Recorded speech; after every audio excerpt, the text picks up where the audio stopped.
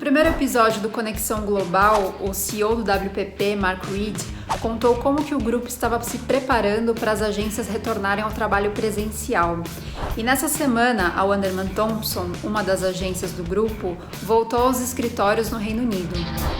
Além de contar como que vai funcionar esse retorno, a CEO global da Wunderman Thompson, Mel Edwards, conta sobre como que ela acha que as agências terão que se estruturar daqui para frente para melhor atender os clientes e fala sobre os planos da rede para impulsionar a diversidade, não só a racial, mas sobre todos os aspectos.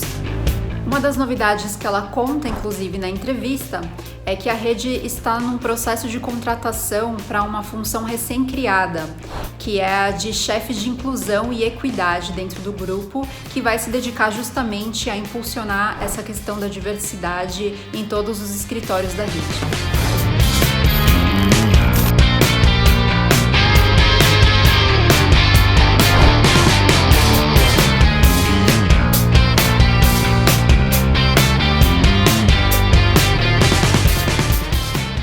So Mel, this week the agency is returning back to the offices in the UK. Tell us, how will this work? Yeah, so absolutely. You know, our whole focus is on making sure that our people feel supported, feel safe, and feel comfortable about coming back. So, you know, it's absolutely their choice.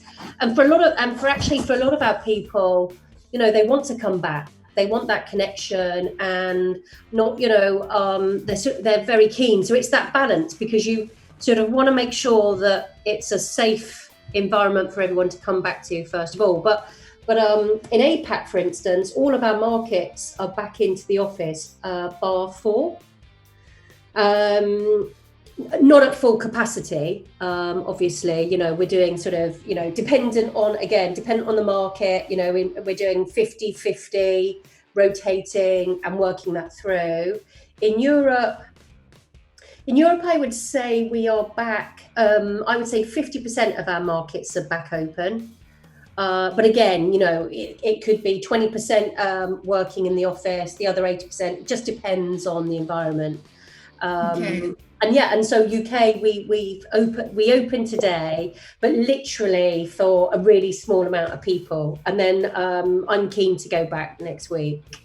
Tell us a little bit about the experience of being in charge of a global network, considering the business perspective and also having to oversee a whole team that's working remotely. I can remember having a conversation with Andrew Scott, actually, at WPP. I think it was maybe about a week or I forget now. It feels such a long time ago. But I think it must have been a week before we, you know, went out with an announcement to say, you know, remote working. And I can remember Andrew saying to me, if we go to remote working, will Wunderman Thompson be able to function? You know, will you be able to deliver the work for clients? And I said, no. I said, how can we? We're an agency, you know, we work together, we work in teams. And I was like, you know, we bounce ideas off of one another. How can we even come up with the ideas working remotely or creating film and content remotely? I was like, no, we're not going to be able to do it. And then a week later, we all are working remotely and we adapt as human beings. And, you know, how wrong was I? And I think, you know, that's something I really miss. I miss that connection with our people in the same room. But I think what it's done is, because everybody has been we're in the same boat, we're in the same environment, actually it's helped people connect more. We need to take some of these behaviours that we've got into, and when we go back into the office, we just keep them going, because I think it's been a really good way to connect with you know, so many people. Even before the pandemic, agencies' ability to be innovative and agile and creative was under discussion. Was this period good to agencies prove themselves in that sense? I think we've become closer to our clients. You know, we've had to, you know, a lot of our clients have asked us for advice and support particularly around, as I said before, how they communicate in such a within COVID-19. And now, we are helping them with that transformation, because a lot of businesses are going to look different by the end of the year. So again, sort of working in partnership with those clients, looking at operating models, even distributed models. So just thinking about, working with clients and their teams, how we ensure that we have the right people in the right market, but not everybody possibly all needs to sit in the UK. Not the whole team needs to sit in New York. And I think that's also changed people's mindsets, not only just internally, but our clients as well. You recently said in an interview that global pitches have become more complex. Does the crisis enhances this complexity? I think the global pitches that I'm seeing at the moment are actually, they're no different to what they were maybe a year ago. I think everyone is looking at how to do modern advertising. So even a business that might be heavily reliant on TV, radio, and more so now at the moment, right? Because everyone's consuming that a lot more, but actually thinking more around how does that business and that work, how do you use data and how do you use technology to enable that work so it becomes more agile, more sophisticated, you learn from everything that you're doing so that the work that you're delivering is getting stronger and better. And I think there's more of an ask around that, particularly over the last, I would say, 12 to 18 months than I've seen before. But is the business review itself more complex because you don't have the eye-to-eye contact, because you are looking through a screen while you do a presentation? And of course, the first 2-3 weeks, everything, everyone was trying to do crisis management and think through how you worked and understand how we could, that was everybody, not just agencies. And I would say now, actually, the amount of new business we have in Wunderman Thompson is exactly the same as we had last year. So I think, everyone's asking. There's lots of different asks, but I think there is that sort of system that's still going. I think we're using the tool like Miro to think about how you can workshop and use different parts of technology to bring to life your pitch and how you're creating the work. And how you humanize that interaction through a screen. So I think it's making us become probably more creative in how we pitch than maybe before.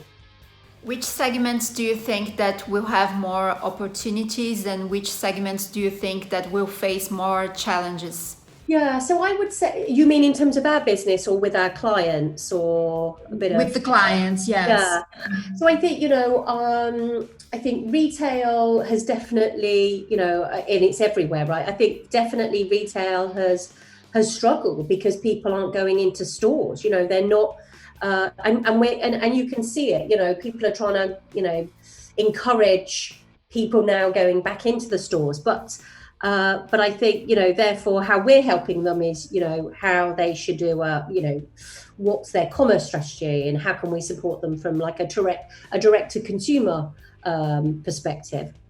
So I think retail is still tough for a lot of our clients, but you can start seeing it picking up.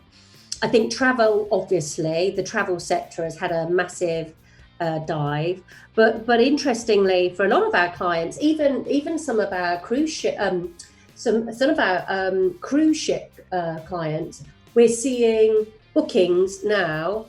They're fully booked for September. So and hotels are now, some of our clients that are hotel brands, we're seeing that they're sort of nearly at 80% capacity. So as much as they went down, and literally went down first of all, you're seeing that rise. And I think everyone is so desperate, on a personal level, everyone's so desperate to get on a plane and go on vacation, or do something different. We in the UK, we opened the bars and the restaurants on Saturday. So I went to a restaurant for the first time on Sunday with my husband and my children, and it was a bit weird, because even like you get to your table and there's no cutlery, there's no tablecloth, nothing on the table. So you're just walking into a really bare environment, and they hand over the serviette that's got your cutlery rolled into it. But it was just nice to be somewhere and not be at home to eat. That was a really nice experience. So on that note, you can see that it's starting to come back in terms of the travel industry in particular. I think the particularly pharmaceutical businesses are clearly growing, and we have a lot of pharma clients, and FMCG. But hopefully by the end of this year, we've got how many months left? I think we've got about 6 months left. The retail and the travel sectors will pick back up. Similarly with automotive, that sort of stopped, and now it's picked back up. Do you think that the budget migration to digital will continue to increase during the next few months, until the end of the year? Yeah, well, it's interesting, isn't it? Because if you think about the beginning of COVID, everyone was working remotely, and so the amount of TV commercials we were creating took a massive rise, because you've got an audience there that wants to consume, but is sitting at home. So that for us definitely sort of went up. But I think moving forward, yes, I think there'll be more ways to touch individuals on a personal level, whatever that channel might be, which is why I think I touched upon before, using data to really understand audiences, and then technology to enable that, I think is going to only increase. And you can see that in our business, where commerce and technology are really growing, because it's enabling brands to communicate with their customers and consumers on a much more personal level. So I think that's going to continue. But similarly, brands, at the moment, brands are evolving. And so there's lots of work that we're doing with our clients at the moment around how that brand will evolve, over the next 12 months. And then how will we support that brand from a communications perspective?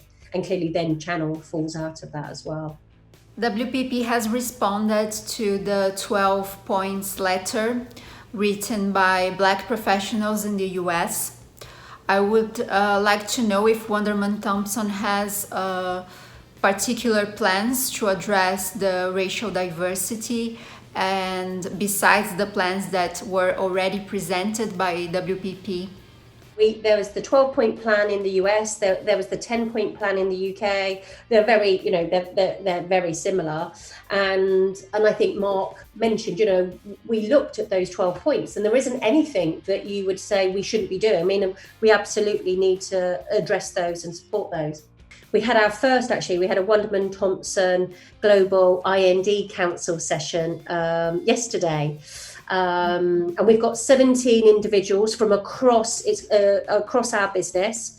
So we wanted to ensure that we represented everybody, but not just unrepresented groups. But I wanted it to be a diverse group of individuals. So it's creatives. We've got everybody across our business sitting on that group, and from a regional perspective as well, so that it's just it's a global group of people that are going to help us. I'm not expecting that council to drive change. It's for everybody to drive change in our business. But I think it's a sounding board. They will provide advice and support. It's not just senior people within the organization either. And then the other thing that I'm doing, because I feel really passionate that I feel like we need to do more. So we are creating the role of a chief inclusion equality officer, and they will sit on our leadership team and they will report into me. It won't sit under HR to help drive this for us, and if I go back to thinking people, clients, communities, we need to do a lot more around making sure that the work we do for our clients feels inclusive. But we're at the beginning. There are pockets there are places in our business that are doing really brilliant work around ainda and have been doing this for a long time. So we need to take what we've done, pull that up, look at what everyone's doing, and make that best practice if we think it's right, and then push that out across our entire network. Do you think that Brazil's recovery will be more difficult because the country is facing a political crisis besides the health and economic crisis?